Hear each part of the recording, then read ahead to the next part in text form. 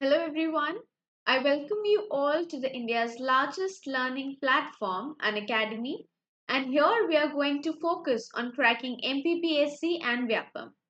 Class start करने से पहले मैं आपको हमारे 3 YouTube चैनल्स के बारे में ब्रीफ कर देती हूँ. हमारे 3 YouTube चैनल्स हैं let's crack MP exams, MP 360 और अभियान. जैसा कि आप देख सकते हैं करंटली मैं क्लास ले रही हूँ YouTube चैनल अभियान पर.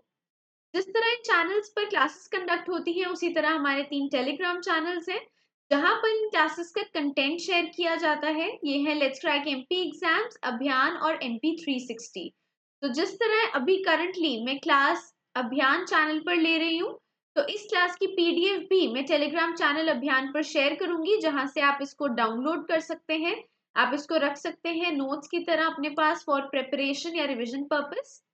अब मैं आपको ब्रीफ करना चाहती हूँ कुछ ऐसे बेनिफिट्स के बारे में जो अनअकैडमी प्लस सब्सक्रिप्शन में आप लोगों को प्रोवाइड होते हैं, उन सारे स्टूडेंट्स को प्रोवाइड होते हैं जो कॉम्पिटिटिव एग्जाम्स के लिए प्रिपेयर कर रहे हैं. जैसा कि आप देख सकते हैं फ्री क्लासेस में आपका सिलेबस कवरेज लिमिटेड होता है, आपके प्रैक्टिस सेशंस लिमिटेड होते हैं, पीडीएफ्स भी आपको लिमिटेड सिलेबस की मिलती हैं और डाउट सेशंस भी लिमिटेड मैनर में कंडक्ट होते हैं. वेयर एज अगर आप प्लस सब्सक्रिप्शन की बात करें तो आप यहाँ पर देख सकते हैं इसके बेनिफिट्स. आपका सिलेबस पूरा का पूरा कंप्लीट होएगा, आपको अनलिमिटेड प्रैक्टिस टेस्ट मिलेंगे, आपको नोट्स सारे टॉपिक्स के प्रोवाइड किए जाएंगे और साथ में आपके जो डाउट क्लियरिंग सेशंस होंगे वो अनअकैडमी के टॉप एजुकेटर्स के साथ होंगे. यानी कि प्लस सब्सक्रिप्शन आपके लिए काफी सारे तरह से बेनिफिशियल है. और अगर इसके बेनिफिट्स में मेंशन करूं तो उसमें से फर्स्ट है कि जो पूल ऑफ एजुकेटर्स है अनअकैडमी पर उनमें से आप अपने फेवरेट एजुकेटर को चूज कर सकते हैं जिससे आपको बेस्ट अपना कंटेंट समझ आता है और उनके साथ आप लाइव क्लासेस ले सकते हैं. जब भी आप प्लस सब्सक्रिप्शन के लिए जाएंगे तो आपको एक कोर्स मिलेगा आपकी कैटेगरी के accordingly. It is going to be specially designed according to your syllabus. इससे आप ऑर्गेनाइज्ड वे में अपने कोर्स की कंप्लीशन कर सकते हैं और इसको स्ट्रक्चर्ड लर्निंग कहा जाता है जहां पर आपको हर चीज एक ही जगह पे एक ऑर्गेनाइज फॉर्मेट में सिलेबस के हिसाब से बनाकर दी जाएगी. सारे कोर्सेज आपके कस्टमाइज्ड होंगे आपकी कैटेगरी के हिसाब से. Then there are different batch courses for different exams. यानी कि जो बच्चे अलग अलग एग्जाम्स के लिए प्रिपेयर कर रहे हैं उनके सबके बैचेस भी सेपरेटली रन होंगे जिसके साथ में डाउट क्लियरिंग सेशंस भी रखवाए जाएंगे जो पूरी तरह से लाइव होंगे. यानी कि students on the same time अपने एजुकेटर के साथ इंटरेक्ट कर पाएंगे, अपने डाउट्स लाइव क्लासेस में क्लियर करवा पाएंगे. साथ ही में प्लस सब्सक्रिप्शन में आपके पास बेनिफिट्स आते हैं such as polling, comments and quizzes. यानी कि आप क्लास अटेंड करते हुए अगर एजुकेटर पोल कंडक्ट करते हैं आप उसमें पार्टिसिपेट कर सकते हैं. अगर आपको कोई पॉइंट समझ नहीं आ रहा है आप कमेंट सेक्शन में तब भी इंटरैक्ट कर सकते हैं और साथ में आप क्विज में भी पार्टिसिपेट कर सकते हैं. ये चीज कैसे होगी इसके बारे में मैं अभी आपको ब्रीफ करूंगी. साथ में अगर आपको ये सब्सक्रिप्शन लेनी है आपको ये सब्सक्रिप्शन सिर्फ एक बार ही लेनी पड़ेगी और वो करने से आपके पास एक्सेस आ जाएगा सारे लाइव और रिकॉर्डेड कोर्सेज का. यानी कि सब्सक्रिप्शन सिर्फ एक बार लेनी है और आपके पास सारे लाइव और रिकॉर्डेड कोर्सेज के भी एक्सेस आ जाएंगे और साथ ही में उस कैटेगरी के उस पर्टिकुलर कैटेगरी के सारे एजुकेटर्स और उनसे बनाए हुए कोर्सेज जितने भी हैं सब पर आपका एक्सेस होगा. साथ में आपके पास ये भी बेनिफिट होता है कि आप वीडियोस को डाउनलोड करके बाद में व्यू कर सकते हैं और नोट्स को भी आप अपने रिवीजन के लिए डाउनलोड कर सकते हैं.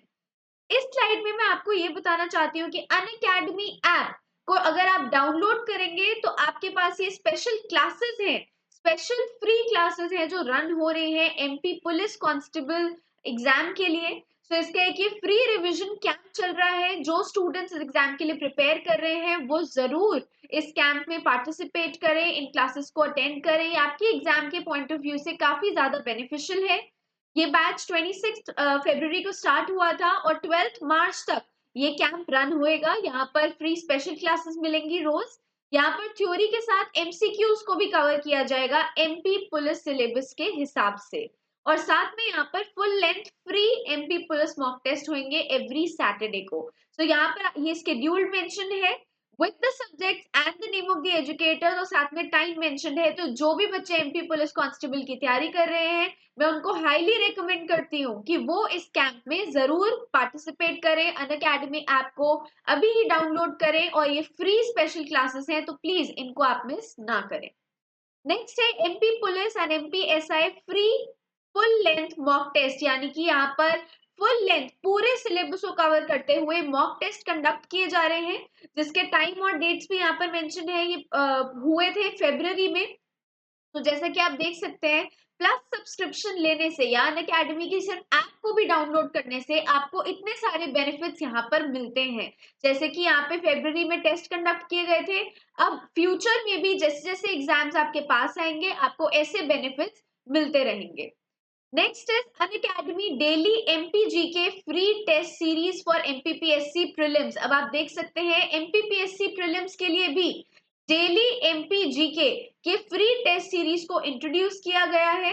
ये रोज 6:30 बजे ये टेस्ट होता है, और इसके साथ आपको 1 आवर का टेस्ट एनालिसिस भी मिलता है, जो काफी हेल्पफुल रहता है स्टूडेंट्स के लिए। साथ ही में यहाँ पर ये भी मेंशन करा है कि जो टॉप 3 रैंकर्स होंगे उनको डेली प्राइजेस भी मिलेंगे, जहां फर्स्ट रैंकर को 1 मंथ की फ्री प्लस सब्सक्रिप्शन मिलेगी, सेकंड रैंकर को Amazon का वाउचर मिलेगा, और थर्ड को भी Amazon वाउचर मिलेगा। सो ये आप देख सकते हैं कैसे यहाँ पर बेनिफिट्स भी हैं आपके लिए, प्राइजेस भी हैं, तो आप जरूर इनको अटेंड करें, इन एग्जाम्स को अटेम्प्ट करें। Next is 10 months foundation batch for MPPSC and prelims, MPPSC prelims and mains with answer writing series, यानी कि यहाँ पर आंसर राइटिंग सीरीज का एक बैच चल रहा है। ये स्टार्ट हुआ है 2 मार्च को, यानी कि अभी हाल ही में शुरू हुआ है। यहाँ पर एमपी के टॉप एजुकेटर्स क्लासेस ले रहे हैं, जो पूरा एमपीपीएससी प्रीलिम्स और मेंस का सिलेबस कवर करवाएंगे विद आंसर राइटिंग सीरीज। साथ ही में इन क्लासेस के बाद आपको पीडीएफ नोट्स भी अवेलेबल होंगे, जिसको आप वहीं से डाउनलोड कर पाएंगे, और डाउट क्लियरिंग सेशंस भी आपके लिए कंडक्ट किए जाएंगे। तो इन सारी फैसिलिटीज के साथ आप ये अपॉर्चुनिटी बिल्कुल ना छोड़ें। ये फ्री क्लासेस हैं जो कंडक्ट हो रही है, सो प्लीज आप इनको अटेंड कीजिए। नेक्स्ट इज अलग अलग बैचेस जो अनअकैडमी के प्लेटफॉर्म पे रन हो रहे हैं, उसकी ये लिस्ट है। जैसा कि आप देख सकते हैं, वो सारे बैचेस की लिस्ट है जो फरवरी में स्टार्ट हुए थे। आप लोगों की प्रिपरेशन के लिए सिमिलरली मार्च के मंथ की भी जितने भी अपकमिंग बैचेस हैं उसकी लिस्ट यहाँ पर दी गई है, जिसमें से आप देख सकते हैं पॉइंट नंबर 1 और 2 में ऐसे बैचेस हैं जो बहुत ही रिसेंटली स्टार्ट हुए हैं। एक है 10 मंथ फाउंडेशन बैच कोर्स, जिसके बारे में मैंने आपको अभी ही ब्रीफ किया था। इसकी स्टार्टिंग डेट है 2 मार्च, और सेकंड है MP police revision course through MCQ series, यानी कि यहाँ पर पूरी रिवीजन करवाई जाएगी एमसीक्यूज के थ्रू। ये स्टार्ट हो रहा है 3 मार्च को, और इसके बाद आने वाले बैचेस की भी डेट्स यहाँ पर मेंशन है। सो जो भी स्टूडेंट्स इन रिस्पेक्टिव एग्जाम्स की प्रिपरेशन कर रहे हैं, ये कोर्सेज ये बैचेस आपके लिए काफी ज्यादा हेल्पफुल रहेंगे आपकी प्रिपरेशन। अब मैं आपको बताना चाहती हूँ ऐसे कुछ न्यू फीचर्स के बारे में जो अनअकैडमी प्लेटफॉर्म पर इंट्रोड्यूस करे गए हैं। जैसे फर्स्ट है लाइव क्विज, यानी कि आपकी ऐप पर आपके पास ये टेस्ट आइकन आएगा, जब आप इस पर क्लिक करेंगे तो आपको ज्वाइन क्विज का ऑप्शन आएगा जब लाइव क्विज कंडक्ट हो रहा होगा। जैसे ही आप इस ऑप्शन पे क्लिक करेंगे, you will become a part of the live quiz. So ऐसे आप लाइव क्विजेस में पार्टिसिपेट कर सकते हैं। नेक्स्ट है प्रैक्टिस क्वेश्चन। तो जब भी प्रैक्टिस मटेरियल आएगा, जब भी प्रैक्टिस इंट्रोड्यूस करी जाएगी एजुकेटर्स के थ्रू, तो आप टेस्ट आइकन पे क्लिक करेंगे और आपको प्रैक्टिस सब्जेक्ट वाइज प्रैक्टिस करने का बेनिफिट मिलेगा यहाँ से। तो इसको भी आप इस तरह से इस बेनिफिट को अवेल कर सकते हैं। और साथ ही में अनअकैडमी के प्लेटफॉर्म पर फोर्टनाइटली करंट अफेयर मैगजीन्स को इंट्रोड्यूस करा जा रहा है। ये सारे फीचर्स उन स्टूडेंट्स के लिए हैं जो प्लस सब्सक्रिप्शन के लिए जाएंगे, यानी कि यहाँ से आप देख सकते हैं कि ये प्लस सब्सक्रिप्शन आपके लिए कितने सारे वेज में बेनिफिशियल है। अब मैं आपको बता देती हूँ कि आप इस सब्सक्रिप्शन को कैसे ले सकते हैं और इसके क्या क्या प्लान्स हैं हमारे पास। तो अनअकैडमी के सब्सक्रिप्शन को लेने के लिए सबसे पहले आप अनअकैडमी की लर्निंग ऐप को डाउनलोड करें अपने फोन में प्ले स्टोर से। उसको करने के बाद आप अपने रिस्पेक्टिव एग्जाम कैटेगरी को सिलेक्ट करते हैं। तो फॉर एग्जाम्पल आप सिलेक्ट करते हैं एमपीपीएससी एंड व्यापम। इसको सिलेक्ट करने के बाद आपके पास एक ऑप्शन आएगा प्लस सब्सक्रिप्शन का, प्लस सब्सक्रिप्शन का। उसको सिलेक्ट करके आपके पास ये डिफरेंट प्लान्स की लिस्ट आ जाएगी, जिसमें से आप अपने हिसाब से कोई भी प्लान चूज कर सकते हैं। बट जैसे कि आप देख सकते हैं प्लान स्टार्ट होते हैं 1 मंथ से लेकर 24 मंथ्स तक, और साथ ही में इस कॉलम में per month payment of plans भी मेंशन है। तो अगर आप अलग अलग प्लान्स को कंपेयर करें, आप यहाँ पर देखते हैं कि 12 मंथ्स और 24 मंथ्स के प्लान में आपकी पेमेंट का अमाउंट सबसे कम होता है। यानी कि 12 मंथ्स के प्लान में आप पर मंथ 733 रुपीज पे कर रहे हैं, whereas आप 24 मंथ्स के प्लान में उससे भी कम यानी कि सिर्फ 533 रुपीज को पे कर रहे हैं। इसीलिए ये हमेशा एडवाइजेबल होता है कि आप जब भी सब्सक्रिप्शन ले, आप या तो 12 मंथ्स के लिए ले या फिर 24 मंथ्स के लिए ले, बिकॉज इसमें आपकी पर मंथ पेमेंट सबसे कम होती है। और इसको और बेटर करने के लिए आप मेरा रेफरल कोड यूज कर सकते हैं, सोनल10। इसको यूज करने से आपको फ्लैट 10% डिस्काउंट मिल जाएगा आपके सब्सक्रिप्शन अमाउंट पर। और यहाँ पर रिफ्लेक्ट कर रहा है कि इस रेफरल कोड को यूज करने के बाद आपका सब्सक्रिप्शन अमाउंट कितना हो जाएगा। तो do go for the subscription, ये आपकी प्रेपरेशन के लिए काफी ज्यादा बेनिफिशियल है। अब मैं आपको बता देती हूँ कि कैसे आप लाइव क्लासेस को अटेंड कर सकते हैं। देखिए, जब आप सब्सक्रिप्शन लेंगे, कुछ इस तरह से आपके मोबाइल फोन पर बैचेस के बारे में डिटेल्स आएंगी, और यहाँ पर एक ऑप्शन आएगा इनरोल इन बैच का। ये करने के बाद आपके पास एक लिस्ट आ जाएगी सारे बैचेस की जो ऑलरेडी रन हो रहे हैं और जो नियर फ्यूचर में आने वाले हैं। यहाँ पर टाइम और सब्जेक्ट्स मेंशन होंगे, और इस तरह से आप इन बैचेस को अटेंड कर सकते हैं।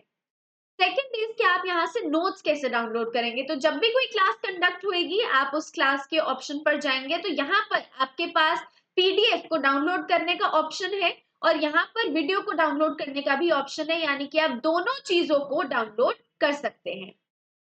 लाइव क्लासेस में आपके अन अकेडमी के प्लेटफॉर्म पर जब क्लास होएगी आपकी सब्सक्रिप्शन के अंडर, तो आपके पास एजुकेटर कभी कभी आंसर पोल यानी कि पोलिंग मेथड को भी यूज करते हैं, जिससे कि स्टूडेंट्स भी पार्टिसिपेट कर पाए। तो इस तरह से 4 ऑप्शंस आपके पास आएंगे, और आप भी क्लास को इंटरैक्टिव बना सकते हैं इन पोल्स में पार्टिसिपेट करके, जिससे आपको भी पता लगेगा कि आपकी प्रेपरेशन का लेवल क्या है, आपको और इम्प्रूवमेंट की जरूरत है या नहीं। नेक्स्ट यहाँ पर ऑप्शन होता है कमेंट सेक्शन का। तो अगर आपको कहीं पे डाउट आता है, आप on the spot comment section को यूज करके उन डाउट्स को पूछ सकते हैं। अगर आपके माइंड में कोई क्वेश्चन है, तो वो भी आप इस क्वेश्चन फॉर्मेट में पूछ सकते हैं। अगर आपके पास ये इमेज फॉर्मेट में है, तो भी आप इसको अटैच करके सेंड कर सकते हैं अपने एजुकेटर को। साथ ही में यहाँ पे जो सबसे ज्यादा हेल्पफुल फीचर है वो ये है कि आपके पास डाउट क्लियरिंग सेशंस होते हैं, यानी कि live doubt clearing sessions, which is no less than any other physical form of teaching। यहाँ पर एजुकेटर्स डायरेक्टली आपके साथ one on one in questions को आंसर करेंगे। आप इसमें पार्टिसिपेट कर सकते हैं, इसमें इंटरैक्ट कर सकते हैं, और इस तरह से इन सेशंस की अनाउंसमेंट की जाती है। तो अगेन क्विज की भी अनाउंसमेंट जब होगी, जब भी क्विज स्केड्यूल होगा, सो वो क्विज भी चाहे वीकली हो चाहे मेगा क्विज हो, इस तरह से आपको उनकी नोटिफिकेशन मिलेगी और आप सेम के लिए एनरोल कर सकते हैं। तो ये था हमारे अन अकेडमी प्लस सब्सक्रिप्शन के फीचर्स के बारे में, उसके बेनिफिट्स के बारे में और पेड प्लान्स के बारे में। अब मैं अपने आप को आपके साथ इंट्रोड्यूस करा देती हूँ। मेरा नाम है सोनल नैयर। मैंने बीकॉम ऑनर्स करा है दिल्ली यूनिवर्सिटी से, जिसके बाद मैंने एमकॉम करा है अपने पोस्ट ग्रेजुएशन में। मेरे पास 5 इयर्स का टीचिंग एक्सपीरियंस है, और मैं एक नेट क्वालिफाइड असिस्टेंट प्रोफेसर हूँ। यहाँ पर मैं क्लासेस लूंगी इंडियन इकोनॉमी के लिए, जो एमपीपीएससी और बाकी कॉम्पिटिटिव एग्जामिनेशन के लिए स्टूडेंट्स के लिए काफी हेल्पफुल रहेगा। और आज का हमारा टॉपिक है बैंकिंग। तो आज हम बैंकिंग टॉपिक का फर्स्ट पार्ट कवर करेंगे, और क्योंकि ये पार्ट 1 है, तो इसको मैं स्टार्ट करूंगी हिस्ट्री ऑफ बैंकिंग से। यानी कि हम देखेंगे कि ऐसे कौन से बैंक्स थे जो सबसे पहले इंडिया में स्टैब्लिश हुए, किस तरह से उनके बैंकिंग सेक्टर में या बैंकिंग रिफॉर्म्स आए जिससे कि ये चेंज हुए, कैसे नेशनलाइजेशन हुआ, कैसे प्राइवेटाइजेशन हुआ, धीरे धीरे करके हम इस पूरे पार्ट को यहाँ पर कवर करेंगे। आज का हमारा टॉपिक है हिस्ट्री ऑफ बैंकिंग। तो ये जो हिस्ट्री ऑफ बैंकिंग है, इसको मैंने 4 पार्ट्स में डिवाइड करा है। बैंकिंग की हिस्ट्री समझाने के लिए मैंने 4 पार्ट्स में इसको डिवाइड करा है। फर्स्ट है phase 1। Phase 1 second is phase 2, third है फेज 3 और लास्ट है फेज 4। तो इन 4 फेजेस के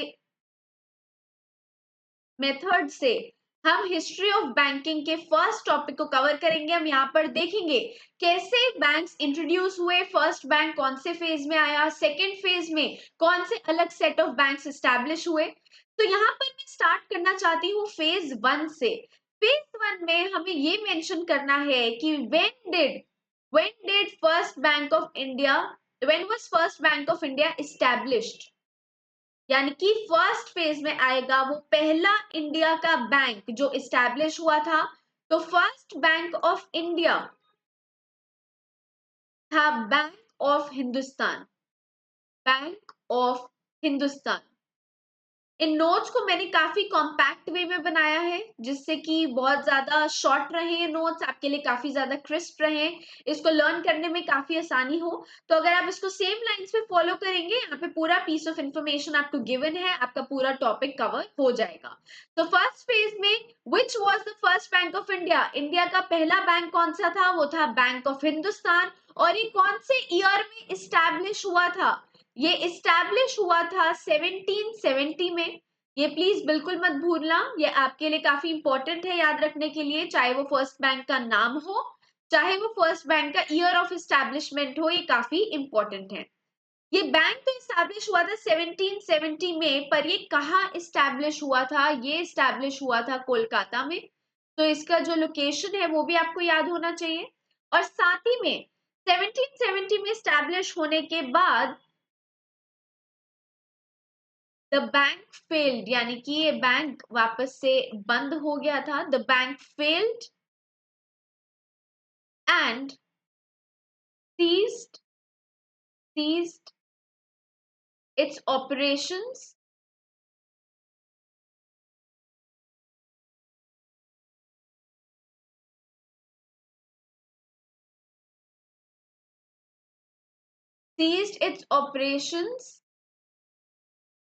so I will write it over here, ceased its operations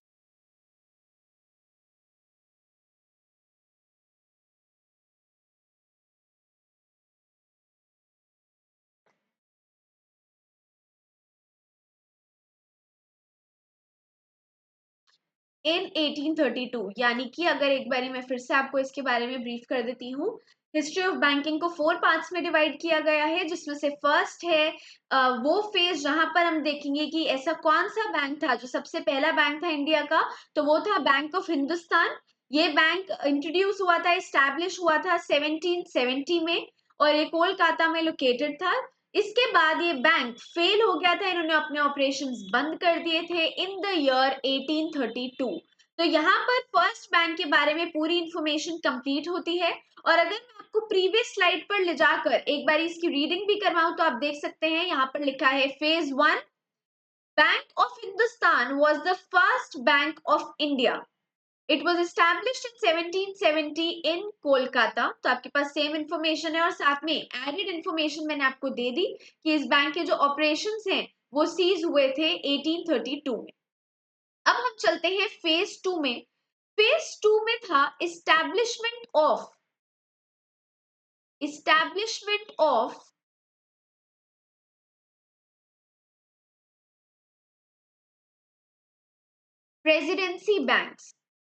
presidency banks, यानी कि यहाँ पर 3 प्रेसिडेंसी बैंक्स इस्टेब्लिश हुए थे जिसके बारे में हम अब स्टडी करेंगे। तो यहाँ पर जो फर्स्ट बैंक इस्टेब्लिश हुआ था वो था बैंक ऑफ कोलकाता। अब देखिए ये आपका फॉर्मेट होना चाहिए पढ़ने का, जब आप यहाँ पर देख रहे हैं कि 3 प्रेसिडेंसी बैंक्स इस्टेब्लिश हुए हैं, साथ ही में ये भी मेंशन होना चाहिए कि ये जो बैंक्स थे इनकी क्या ऑर्डर था, फर्स्ट बैंक कौन सा इस्टेब्लिश हुआ। इसी के साथ आपको पता होना चाहिए कि ये कौन से ईयर में इस्टेब्लिश हुआ। तो फर्स्ट बैंक था बैंक ऑफ कोलकाता जो इस्टेब्लिश हुआ था 1806 में, ये इसके बारे में पहली इंफॉर्मेशन है। साथ ही में हम यहाँ पर मेंशन करते हैं इस फर्स्ट बैंक में ही एक चेंज आया था 1809 में। 1809 में इसका नाम चेंज कर दिया गया था। तो name changed to Bank of Bengal. यानी कि यहाँ पर आपको ये पता लग जाता है कि सेकेंड फेज में 3 प्रेसिडेंसी बैंक्स एस्टैब्लिश हुए थे। जो फर्स्ट बैंक था उसका नाम था बैंक ऑफ कोलकाता। ये 1806 में इंट्रोड्यूस हुआ था।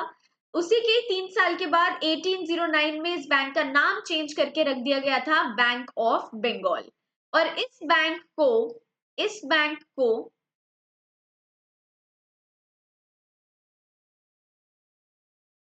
बंगाल के गवर्नमेंट के सपोर्ट से खोला गया था। यानी कि it was opened with active support of government of Bengal.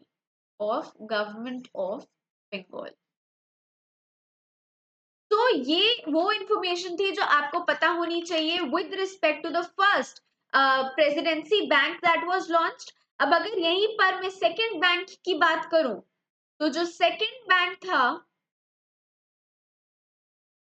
वो था बैंक ऑफ बॉम्बे। और ये बैंक कब इस्टेब्लिश हुआ? बैंक ऑफ बॉम्बे इस्टेब्लिश हुआ इन द ईयर 1840। 1840। तो यहाँ पर आप देख सकते हैं ये एक ऑर्डर में चल रहा है। और थर्ड बैंक था बैंक ऑफ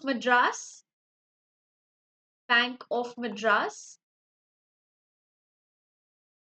जिसकी इस्टेब्लिशमेंट हुई 1843 में। 1843 में। यानी कि अब अगर हम फेज 1 को ऑर्डर वाइज देखें तो हम देख सकते हैं फर्स्ट बैंक इंट्रोड्यूस हुआ, इस्टेब्लिश हुआ 1806 में। जिसके बाद 3 साल बाद 1809 में इसका नाम चेंज होकर पड़ गया बैंक ऑफ बंगाल। उसके बाद सेकंड बैंक लॉन्च हुआ, इस्टेब्लिश हुआ 1840 में, जिसका नाम था बैंक ऑफ बॉम्बे, सॉरी। और जो थर्ड बैंक था वो था बैंक ऑफ मद्रास, जो इस्टेब्लिश हुआ 1843 में। इसके साथ ही हमारा जो सेकंड फेज है उसकी इंफॉर्मेशन भी ओवर होती है। अब यहाँ पर इसके बारे में एक और इंफॉर्मेशन जो मैं आपको देना चाहती हूँ वो ये है कि ये जो तीन प्रेसिडेंसी बैंक्स थे, इनके पास प्रिविलेज थी।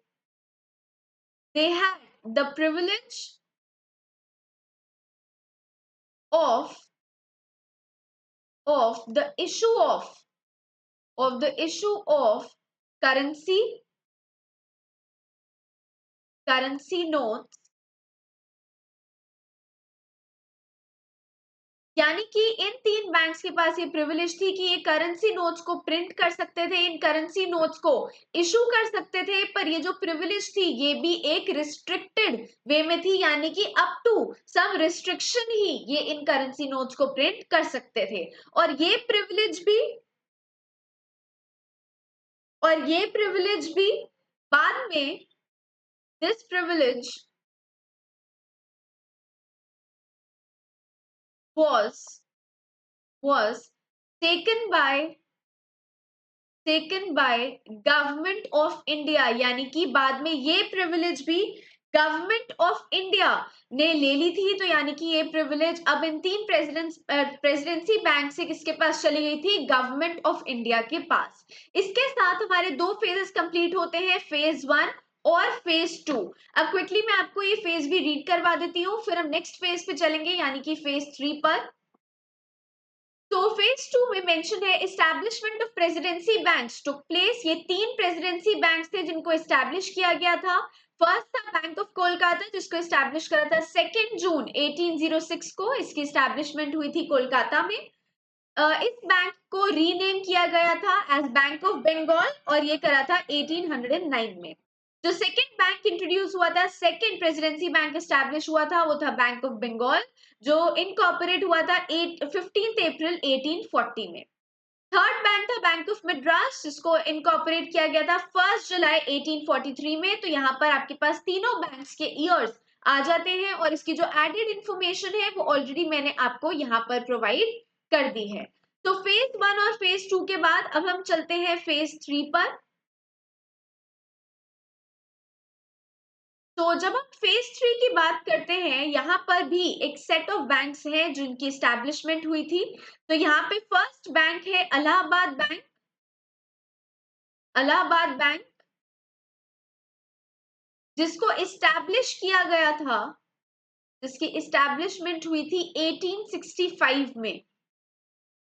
ठीक है, ये क्यों आपके लिए इंपॉर्टेंट है पता होना, ये मैं आपको बताऊंगी। इसके बाद इस्टेब्लिश हुआ था नेक्स्ट कमर्शियल बैंक जिसका नाम था ओद कमर्शियल बैंक। इसकी इस्टेब्लिशमेंट हुई थी इन द ईयर 1881। और साथ ही में इसकी जो लोकेशन थी, ये कहां पर इस्टेब्लिश हुआ था, ये इस्टेब्लिश हुआ था फैजाबाद में। और इसके बारे में दो चीजें आपको पता होनी काफी जरूरी है। फर्स्ट पॉइंट है, ये ऐसा पहला बैंक था, ये ऐसा पहला बैंक था जो इस्टेब्लिश हुआ था on the basis of, on the basis of limited liability. यानी कि इस बैंक की जो लायबिलिटी थी वो लिमिटेड थी, यहां पर एक रिस्ट्रिक्शन थी।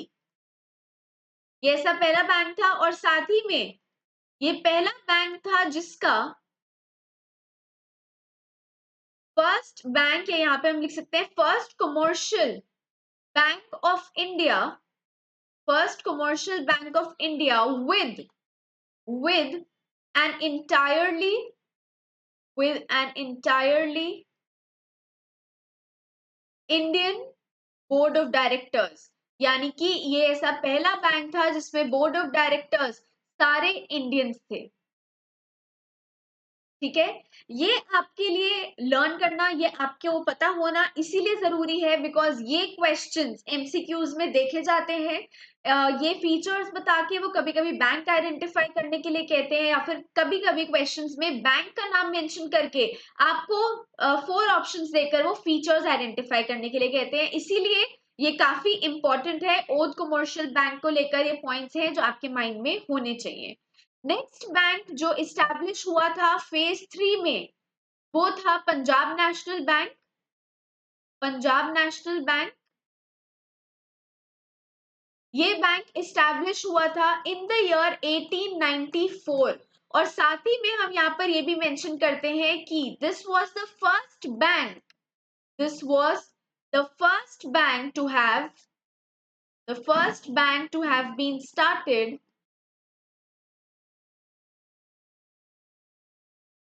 started solely with Indian capital. यानी कि ये ऐसा पहला बैंक था जो पूरी तरह से इंडियन कैपिटल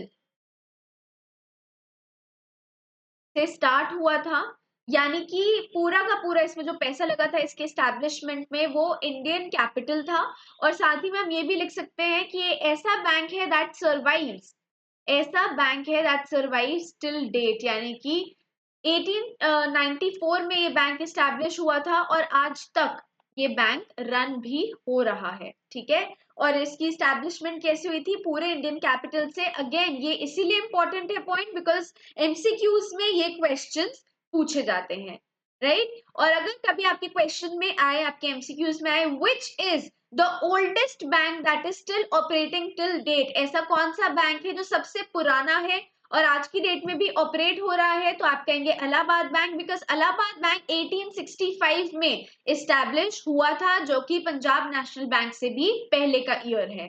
तो ये 3 बैंक्स थे, इन 3 बैंक्स के बारे में हमने कवर करना था फेज 3 में।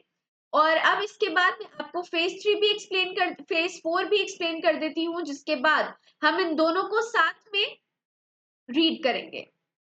तो फेज 4 का जो पीरियड है वो है 1921 से लेकर 1947। ये इसका पीरियड है जब तक ये फेज रन हो रहा था। इस फेज में जैसे कि हम पहले पढ़ चुके हैं, 3 प्रेसिडेंसी बैंक्स थे, राइट। 3 प्रेसिडेंसी बैंक्स थे। ये बैंक्स कौन से थे, ये थे first Bank of Bengal, second है बैंक ऑफ बॉम्बे और थर्ड था बैंक ऑफ मद्रास। तो यहाँ पर वो कह रहे हैं कि फेज 4 में ये जो 3 प्रेसिडेंसी बैंक्स थे, Bank of Bengal, Bank of Bombay और बैंक ऑफ मद्रास, इन तीनों को 1921 में इंटीग्रेट करके एक बैंक बना दिया गया था जिसका नाम था imperial bank of India. Imperial bank of India.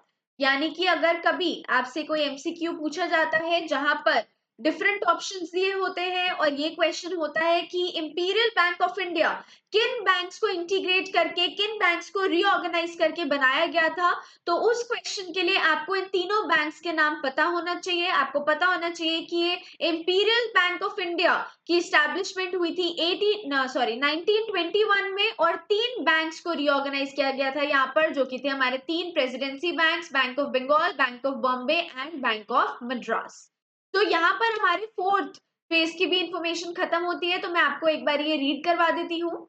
तो आप देख सकते हैं थर्ड फेज में यहाँ पर मेंशन है कि Allahabad bank was established in 1865. Oath Commercial Bank was established in 1881. It was the first commercial bank in India जिसमें liability limited थी। ये पॉइंट बार बार आ रहे हैं, इसको ना भूलें। और साथ ही में मेंशन है कि इनका जो बोर्ड ऑफ डायरेक्टर्स थे वो सारे इंडियंस थे। इसके बाद एस्टैब्लिश हुआ bank of Punjab national bank, establish हुआ 1894 में।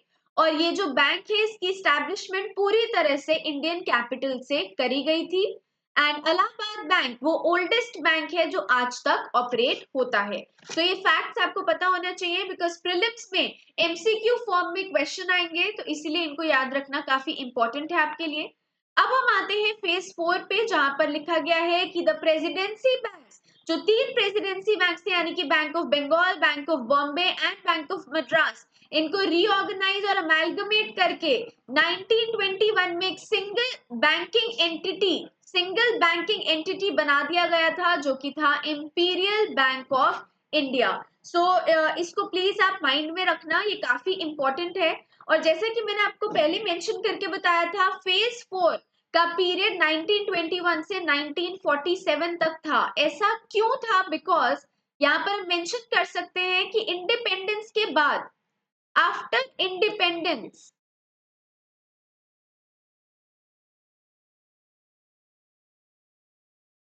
इंडिपेंडेंस के बाद यहाँ पर क्या चेंज आया? तो on first Jan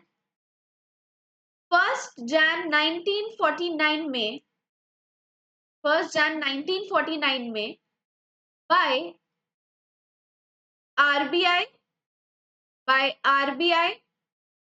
regulation act RBI regulation act, nationalisation nationalisation nationalisation of banks took place. यानी कि यहाँ पर आरबीआई रेगुलेशन एक्ट के अकॉर्डिंगली नेशनलाइजेशन ऑफ बैंक्स हुआ था 1 जैन 1949 को। और उसके बाद ही मेंशन करते हैं कि फर्स्ट जुलाई 1955 में 1 जुलाई 1955 में जो इंपीरियल बैंक ऑफ इंडिया है, जिसको हमने फोर्थ फेज में यहाँ पर मेंशन भी करा है, जो इंपीरियल बैंक ऑफ इंडिया है उसको कन्वर्ट किया गया था उसको कन्वर्ट किया गया था एसबीआई में, कन्वर्टेड इनटू एसबीआई। ठीक है, तो इसीलिए ये पॉइंट आपको पता होना जरूरी है कि यहाँ पर जिस इंपीरियल बैंक ऑफ इंडिया के बारे में हम बात कर रहे हैं उसको 1955 में कन्वर्ट कर दिया गया था into SBI, that is state bank of India. इसके बाद हम आगे चलते हैं। अब हम देखेंगे कि ऐसे कौन से थे mergers of SBI associate with state bank of India. यानी कि यहाँ पर हम बाकी के बैंक्स के बारे में स्टडी करेंगे जो 5 एसोसिएट बैंक्स थे। तो स्टेट बैंक ऑफ इंडिया के 5 एसोसिएट बैंक्स थे भारतीय महिला बैंक को इंक्लूड करके, जिनको एसबीआई में मर्ज कर दिया गया था। जिसमें से फर्स्ट है स्टेट बैंक ऑफ बीकानेर इन जयपुर। सो आपकी इंफॉर्मेशन के लिए मैं आपको बता देती हूँ, स्टेट बैंक ऑफ बीकानेर और जयपुर भी दो अलग अलग बैंक्स थे जिनको आरबीआई ने मर्ज करा। अब ये एक सिंगल बैंक बन गए और इस सिंगल बैंक को लेकर बाकी सारे बैंक्स के साथ मर्ज कर दिया गया एसबीआई के साथ। तो ये बैंक्स है state bank of Bikaner in Jaipur, state bank of Hyderabad, state bank of Mysore, state bank of Patiala and state bank of Travancore. यानी कि ये नाम आपको पता होने चाहिए और इसी के साथ ऐड हुआ है भारतीय महिला बैंक और इन सारे बैंक्स को मर्ज करके बना दिए गए हैं, मर्ज कर दिया गया है एसबीआई में। तो ये आपको पता होना चाहिए। इसी के साथ मैं यहाँ पर मेंशन भी कर देती हूँ after after successful partial nationalisation, यानी कि जब पार्शियली नेशनलाइजेशन किया गया था वो कॉन्सेप्ट काफी सक्सेसफुल रहा था और उसकी वजह से गवर्नमेंट ने और 20 बैंक्स को नेशनलाइज किया और इन बैंक्स को नेशनलाइज किया था on the basis of banking nationalisation act, banking nationalisation act. और ये एक्ट इंट्रोड्यूस हुआ था 1969 में। जब भी किसी एक्ट के बारे में बात होगी आपको उसका ईयर पता होना जरूरी है आपके एग्जाम के लिए। तो गवर्नमेंट ने 20 बैंक्स को नेशनलाइज किया according to banking nationalisation act of 1969। यहाँ पर मैं ये भी मेंशन कर देती हूँ कि इसको भी दो पार्ट्स में किया गया था, यानी कि ऑन 19 जुलाई 1969 ये फर्स्ट फेज था जहां पर 14 बैंक्स को नेशनलाइज किया गया था। और ये कौन से बैंक्स थे जिनको नेशनलाइज किया गया था, तो ये आपको पता होना चाहिए कि ये वो बैंक्स थे which had more than 50 crores of capital. यानी कि यहाँ पर जो बैंक्स को नेशनलाइज करा है ये वो बैंक्स हैं जिनका कैपिटल 50 करोड़ से ज्यादा था। ये पहले फेज के 14 बैंक्स हैं और उसके बाद ऑन 15th अप्रैल 1980 इस सेकेंड फेज में 6 और बैंक्स को नेशनलाइज किया गया था। अब ये वो बैंक्स थे जिनका कैपिटल अमाउंट 200 करोड़ से ज्यादा था, which had more than 200 crores of capital। ठीक है, तो ये आपको पता होना चाहिए कि गवर्नमेंट ने कैसे नेशनलाइजेशन करा, कैसे ये 20 बैंक्स को दो पार्ट्स में नेशनलाइज करा एंड फर्दर हम देखते हैं कि बैंक मर्जर्स हुए, काफी बैंक्स एक दूसरे के साथ मर्ज हो गए, इसीलिए जो नेशनलाइज बैंक की लिस्ट है ये लिमिटेड हो गई, इसके नंबर ऑफ नेशनलाइज बैंक्स कम हो गए। इस स्लाइड में मैंने आपको नेशनलाइज बैंक्स की लिस्ट भी प्रोवाइड करी है, तो मैं क्विकली रीड आउट कर देती हूँ आपके लिए। यहाँ पर लिखा है जो नेशनलाइज बैंक लिस्ट है उसमें है Punjab national bank, Canara bank, union bank of India, Indian bank, bank of Baroda, Indian overseas bank, UCO bank, Punjab and Sind bank, bank of Maharashtra, bank of India and central bank of India. तो यहाँ पर इन सबको include किया जाता है। और नेक्स्ट आते हैं बैंक मर्जर्स की लिस्ट पर। तो यहाँ पर इस स्लाइड में मैंने आपको ये भी प्रोवाइड करके बताया है कि कौन कौन से बैंक्स हैं जो किसी और बैंक के साथ मर्ज हो चुके हैं। तो फर्स्ट है oriental bank of commerce plus United bank of India, इनको मर्ज कर दिया गया है पंजाब नेशनल बैंक में। सिंडिकेट बैंक को भी मर्ज कर दिया गया है कैनरा बैंक के साथ। आंध्रा बैंक और कॉर्पोरेशन बैंक को भी मर्ज करके यूनियन बैंक ऑफ इंडिया में कर दिया गया है। इलाहाबाद बैंक को मर्ज कर दिया है इंडियन बैंक के साथ और देना बैंक और विजय बैंक को मिलाकर बना दिया गया है बैंक ऑफ बड़ौदा। तो ये बैंक मर्जर्स कुछ नहीं है, यहाँ पर बस ये बताया जा रहा है किन बैंक्स को रीऑर्गेनाइज करके अमेलगमेट करके एक सिंगल बैंकिंग एंटिटी में फॉर्म किया है। पर ये आपके लिए पता इसीलिए होना जरूरी है बिकॉज एमसीक्यूज में एक तो ये चीज पूछी जा सकती है और सेकेंड रीजन ये है कि इसकी वजह से जो नेशनलाइज बैंक की लिस्ट है वो कम हो गई है बिकॉज ये सारे बैंक्स एक दूसरे के साथ मर्ज हो गए हैं। तो ये रीजन आपको पता होना चाहिए और साथ ही में इनका नाम भी आपके लिए पता होना काफी इंपॉर्टेंट है। नेक्स्ट स्लाइड में मेंशन करा है what was the need for nationalisation. Nationalisation आखिर किया ही क्यों, क्या जरूरत थी ऐसी जिसकी वजह से गवर्नमेंट को नेशनलाइजेशन करना पड़ा। तो यहाँ पर मेंशन है as banks were owned and managed by the private sector, यानी कि पहले जो बैंक्स हैं उनको प्राइवेट सेक्टर ओन करता था, प्राइवेट सेक्टर ओन करता था। इस वजह से इसका जो एक्सेस था, वो मास ऑडियंस तक नहीं पहुंच पा रहा था। मास ऑडियंस यानी कि लार्ज चंक ऑफ पॉपुलेशन तक नहीं पहुंच पा रहा था, काफी बड़े नंबर में ऑडियंस यानी कि पब्लिक को हम रीच आउट नहीं कर पा रहे थे। सो फर्स्ट रीजन मेंशन्ड है as the banks were owned and managed by the private sector, the services of the banking were having a narrow reach, यानी कि ज्यादा लोगों तक ये सर्विसेज नहीं पहुंच पा रही थी। The masses had no access to the banking service, इसीलिए गवर्नमेंट ने ये सोचा कि नेशनलाइजेशन किया जाना चाहिए। अगर गवर्नमेंट इस इन बैंक्स को ओन करेंगे, नेशनलाइजेशन का मतलब होता है कि जो मेजर स्टेक है वो गवर्नमेंट का है। अगर गवर्नमेंट का मेजर स्टेक होगा तो इसको हम बाकी एरियाज में मास ऑडियंस तक भी पहुंचा पाएंगे।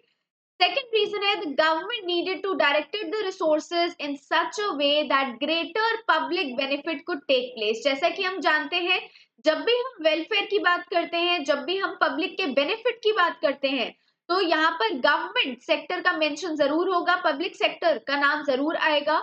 यानी कि गवर्नमेंट सेक्टर का मेन फोकस किस पे होता है, पब्लिक के वेलफेयर पे, उनके बेनिफिट पे। वेयर एज जो प्राइवेट सेक्टर होता है उसका बेनिफिट होता है प्रॉफिट अर्निंग, उसका मोटिव होता है प्रॉफिट अर्निंग। इसीलिए गवर्नमेंट सेक्टर का जो फोकस था वेलफेयर का, उसको भी, इस मोटिव को भी फुलफिल करने के लिए गवर्नमेंट ने सोचा कि नेशनलाइजेशन करना जरूरी है, जिससे कि लोगों का बेनिफिट हो पाए इन बैंकिंग सर्विसेज के लिए, उनको रिसोर्सेज मिल पाए, उनको बेनिफिट्स ऑफ क्रेडिट मिल पाए, बेनिफिट्स ऑफ इन्वेस्टमेंट मिल पाए। इसीलिए नेशनलाइजेशन का ये सेकेंड रीजन है कि क्यों ये हुआ था।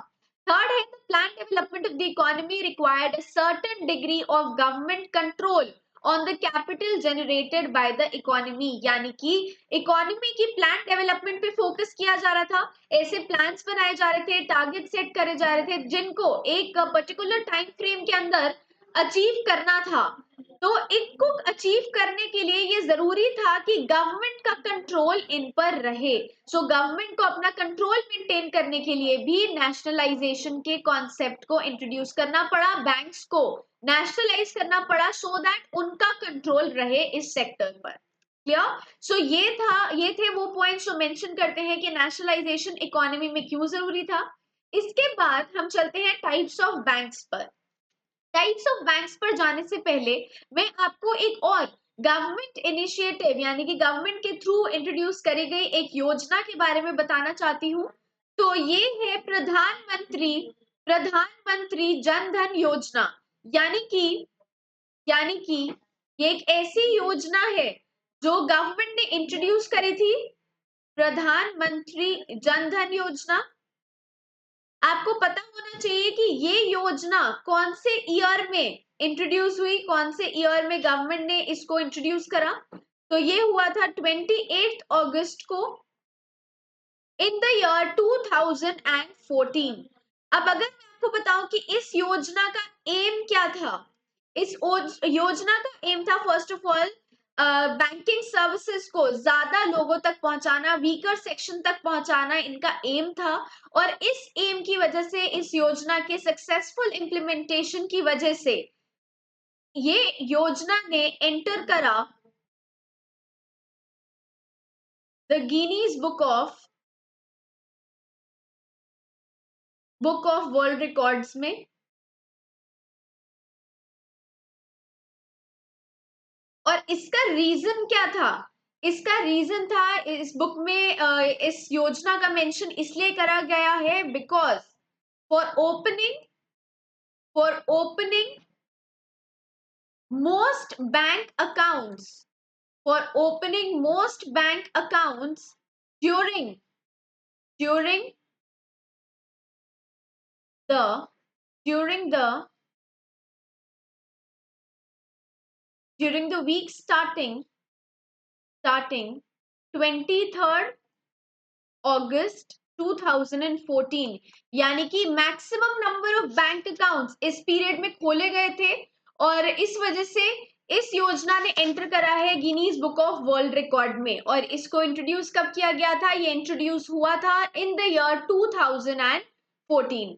एंड इसके बाद जिस वीक में ये इंट्रोड्यूस हुआ था उसी के कॉरेस्पॉन्डिंग लिखा है कि ये जो वीक था फर्स्ट जहां पर बैंक अकाउंट खुलने शुरू हुए थे, इस वीक में most number that is highest number of bank accounts खोले गए थे। तो इसके बाद हम चलते हैं अपने नेक्स्ट सेट ऑफ कैटेगरी पर जो हमें कवर करना है, वो है types of banks. Types of banks में आप देख सकते हैं फर्स्ट है रिजर्व बैंक ऑफ इंडिया। तो reserve bank of India is the central bank of India.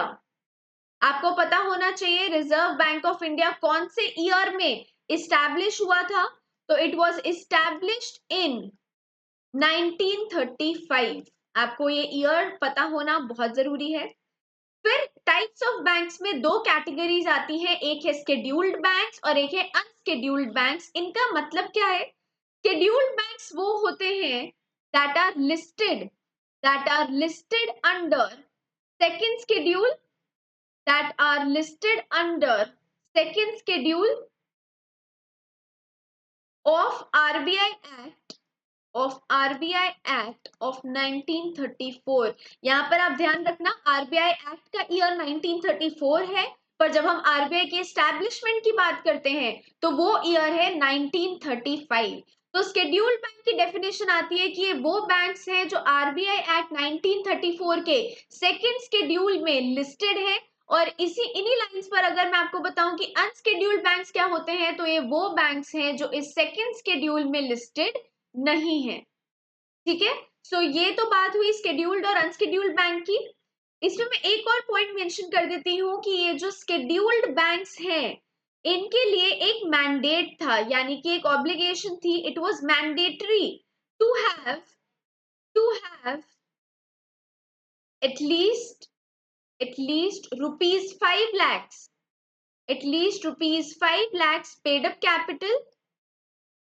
paid up capital and reserves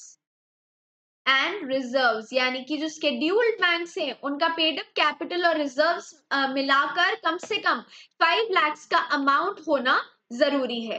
तो अब हमने यहाँ पर डिस्कस कर लिया है आरबीआई, स्केड्यूल्ड बैंक्स और अनस्केड्यूल्ड बैंक्स। अब हम चलते हैं नेक्स्ट स्लाइड पर, जहां पर हम इन सारे बैंक्स की डेफिनेशन को भी रीड करेंगे।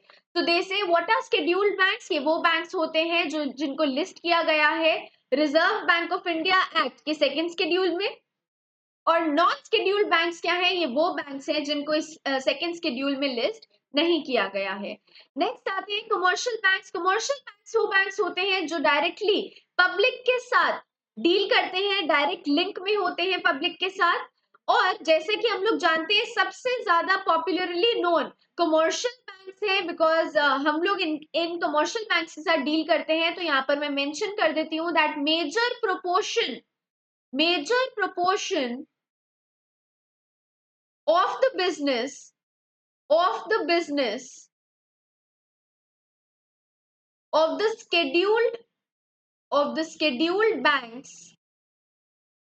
scheduled banks comes from the commercial banks। यानी कि scheduled banks के अंदर ये जो commercial banks हैं इससे मेजर proportion of business आता है। It says any bank organization, अब यहाँ पर लिखा गया है एक तरह से commercial bank के यहाँ पर functions mention करे हैं। any banking organization that deals with deposits and loans of business organization is a commercial bank। यानी कि commercial bank पब्लिक के साथ साथ बिजनेस ऑर्गेनाइजेशंस के भी लोन्स और डिपॉजिट्स को एक्सेप्ट करता है, यानी कि डिपॉजिट को एक्सेप्ट कर रहा है और लोन प्रोवाइड कर रहा है। सेकंड है कि कमर्शियल बैंक चेक्स और ड्राफ्ट्स को भी इशू करता है। और थर्ड है कि कमर्शियल बैंक्स काफी तरह के अकाउंट्स की फैसिलिटी को या वेराइटी को प्रोवाइड करता है लोगों को। ये बैंक्स होते हैं डिपॉजिट अकाउंट्स, जो इनको 3 कैटेगरीज में डिवाइड किया गया है, जो है करंट अकाउंट, सेविंग्स अकाउंट और टाइम डिपॉजिट्स। यानी कि डिपॉजिट्स को भी एक्सेप्ट करेंगे, लोन्स को भी प्रोवाइड करेंगे, चेक्स और ड्राफ्ट की फैसिलिटी भी होगी, और साथ में ये जो अकाउंट्स हैं इसकी वैरायटी यानी कि 3 टाइप के अकाउंट्स की फैसिलिटी भी यहाँ पर प्रोवाइड करी जा रही है। नेक्स्ट टॉपिक आता है, नेक्स्ट हेडिंग आती है पब्लिक सेक्टर बैंक। तो पब्लिक सेक्टर बैंक कौन सा बैंक है? ये एक ऐसा बैंक है जिसका major stake government of India के पास होता है। और यहाँ पर मैं कुछ एग्जांपल्स भी मेंशन कर देती हूँ सो दैट आप लोगों के लिए इसको समझना, इसको याद रखना इजी हो जाएगा। तो SBI, bank of India, Canara bank, ये सारे आते हैं public banks, public sector banks के अंडर। साथ ही में अगर मैं प्राइवेट सेक्टर बैंक के बारे में बात करूं तो प्राइवेट सेक्टर बैंक वो बैंक होता है जिसका मेजर स्टेक प्राइवेट इंडिविजुअल्स के पास होता है। इसमें आते हैं आईसीआईसीआई बैंक, एक्सिस बैंक और एचडीएफसी बैंक एटसेट्रा। यानी कि इसमें और भी बैंक्स हैं पर यहाँ पर मैंने लिमिटेड बैंक्स का एग्जांपल आपको दिया है समझने के लिए। नेक्स्ट कैटेगरी आती है फॉरेन बैंक्स की। तो ये फॉरेन बैंक्स कौन से बैंक्स हैं? These are the banks that are registered and have their headquarters in a foreign country. यानी कि इन बैंक्स के हेडक्वार्टर्स फॉरेन कंट्री में होते हैं पर ये ऑपरेट करते हैं हमारी कंट्री में। अगर मैं इसका भी एग्जांपल दूं तो काफी वेल नोन नाम है ये जो आप लोगों को भी पता होंगे, पर ये सारे फॉरेन बैंक्स की कैटेगरी में आते हैं। ये है एचएसबीसी बैंक, सिटी बैंक, ये भी फॉरेन बैंक की कैटेगरी में आते हैं। देन देयर आर स्टैंडर्ड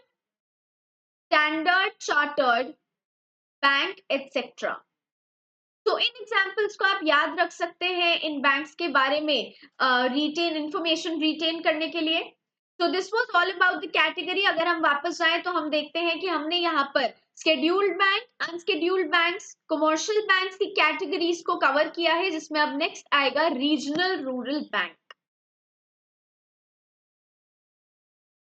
तो next category is regional rural banks. इसके बारे में रीड करने से पहले मैं आपको ब्रीफ कर देती हूँ कि इस बैंक का एक्चुअल में ऑब्जेक्टिव क्या होता है, क्यों रीजनल रूरल बैंक्स को सेटअप किया गया था। तो दे से कि इन बैंक्स को इस्टेब्लिश किया गया था, इन बैंक्स को इंट्रोड्यूस किया गया था टू इंश्योर सफिशिएंट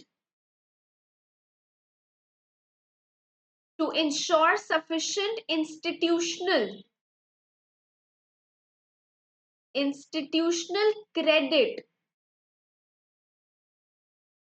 for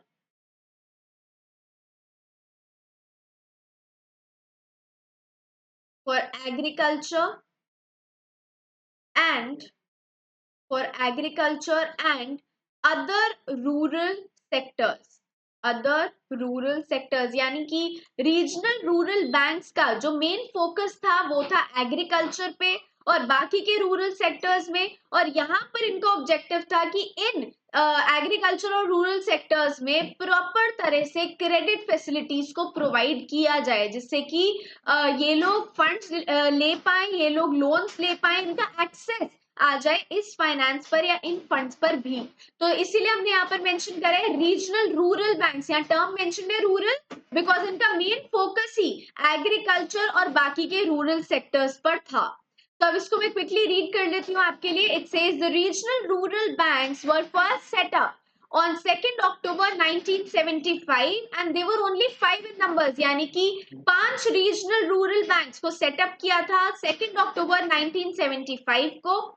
इसका एम था it which aimed to take banking services to the door step of rural masses. यानी कि इसका एम था कि जो बैंकिंग सर्विसेज है वो रूरल एरियाज में भी आ जाए। एंड व्हेन वी से रूरल एरियाज तो उसमें भी इनका मेन फोकस था रिमोट एरियाज पर, यानी कि वो एरियाज जहां पर बिल्कुल भी बैंकिंग सर्विसेज का एक्सेस नहीं है। इसके भी दो रीजंस थे, इसके दो ऑब्जेक्टिव्स थे जिसकी वजह से क्यों उन्होंने इस चीज को माइंड में रखा। फर्स्ट है to provide credit to the weaker section of the society. यानी कि वो क्रेडिट लोन्स की फैसिलिटी को प्रोवाइड करना चाहते थे to the weaker section of the society at concessional rate of interest. यानी कि रीजनल रूरल बैंक्स के अंदर वीकर सेक्शन को जो लोन का अमाउंट मिलेगा उस पर इंटरेस्ट का अमाउंट कम होगा, इसलिए यहाँ पर लिखा है at concessional rate of interest. Second point है to mobilise rural savings and channelise them for supporting productive activities in the rural areas, यानी कि जो रूरल एरियाज के लोग हैं अगर वो अपने सेविंग्स को इन बैंक्स में डिपॉजिट करेंगे तो एक तरह से ये सेविंग्स लोगों के प्रोडक्टिव एक्टिविटीज के लिए यूज हो पाएगी। ऐसा कैसे होगा? जब रूरल एरियाज की पब्लिक अपने फंड्स को या अपनी सेविंग्स को डिपॉजिट करवाएंगे बैंक्स में,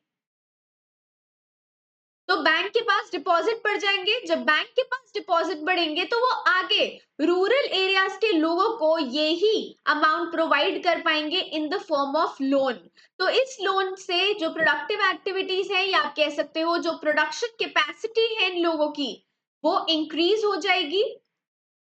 तो ये भी एक रीजन था कि प्रोडक्टिव एक्टिविटीज इंक्रीज हो जाए, इसीलिए भी रीजनल रूरल बैंक्स को सेटअप किया गया था। इसके बाद मेंशन है कि जो रीजनल रूरल बैंक्स थे इसको जॉइंटली ओन किया गया है गवर्नमेंट ऑफ इंडिया ने, कंसर्न स्टेट गवर्नमेंट ने, यानी कि जिस भी स्टेट में ये रीजनल रूरल बैंक सेटअप हुआ है उनकी स्टेट गवर्नमेंट भी इसको ओन करती है, और साथ में आते हैं स्पॉन्सर बैंक्स। नेक्स्ट पॉइंट में इनका इशू कैपिटल जो है उसका प्रोपोर्शन मेंशन करा गया है। तो गवर्नमेंट ऑफ इंडिया का है 50%, स्टेट गवर्नमेंट का होगा 15% और स्पॉन्सर बैंक्स का होगा 35%। तो ये पूरी इंफॉर्मेशन थी जो रीजनल रूरल बैंक्स के बारे में आपको पता होनी चाहिए। अब हम चलते हैं अपनी नेक्स्ट कैटेगरी ऑफ बैंक्स पर जो कि है कोऑपरेटिव बैंक्स। तो कोऑपरेटिव बैंक्स के लिए भी मैं आपको पहले एक्सप्लेन करती हूँ कि इनको किस ऑब्जेक्टिव के साथ इंट्रोड्यूस किया गया था।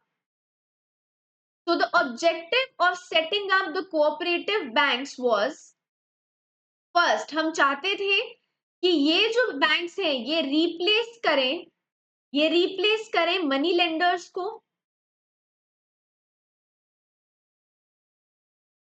और साथ ही में जो और भी सर्विसेज यहाँ पर प्रोवाइड कर सकते थे एग्रीकल्चरल सेक्टर को, वो भी हम चाहते थे कि मास ऑडियंस तक पहुंचे। सब एग्रीकल्चर सेक्टर प्लस हम यहाँ पर लिख सकते हैं rural areas, plus rural areas.